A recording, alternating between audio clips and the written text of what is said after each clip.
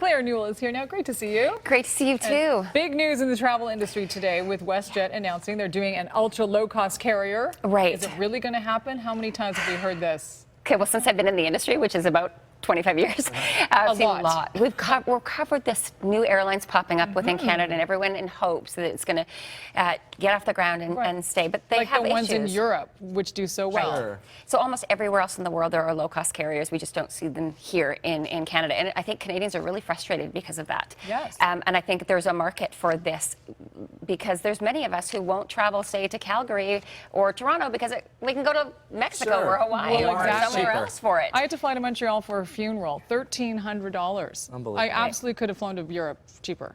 Yes, and I think a lot of people choose not to. So there is a market, and WestJet knows that. So in 1996, they started as a low-cost carrier.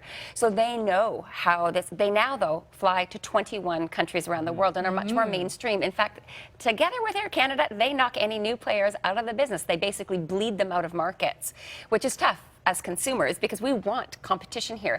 So the reason I think that this will be a successful venture for WestJet is, first of all, it's April the 20th, and they're saying that they want to launch this by the end of the year. It means that there's been a lot of planning already. Right. What also is good is that they have existing aircraft. We're talking about 10 737-800 series, so they've got the craft already. Sure, they've got some hoops to go through. They've got some issues with pilots and some regulatory things they have to deal with, but this is really welcome news. And inside, I mean, I'm trying not to be like overly excited about this, but this is the most promising announcement of a low-cost carrier I've seen because we've seen it successfully happen in Europe. We've seen major airlines like Lufthansa have Eurowing, or the group the parent company of British Airways and Iberia that own Vueling.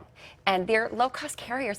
We're going to save hundreds of dollars. I just think that us as Canadian consumers need to remember that we have to get used to unbundled airfare. So the closest to this that we would have used in the past, or some of us have heard about, would be Allegiant, where you buy the seat and then any extras you want, your seat assignment, your bag, your food, you pay for. But if we as consumers get used to that, these are going to be some great fares, I expect. So why would it, I always wonder, why would a company basically cannibalize itself? They're not cannibalizing themselves. I really think that there's another market for this, and there'll be certain routes. So they're going to get in before someone else does. You bet. That's exactly why I think they're going to do this. Some deals? You have some good deals. I have some really good deals.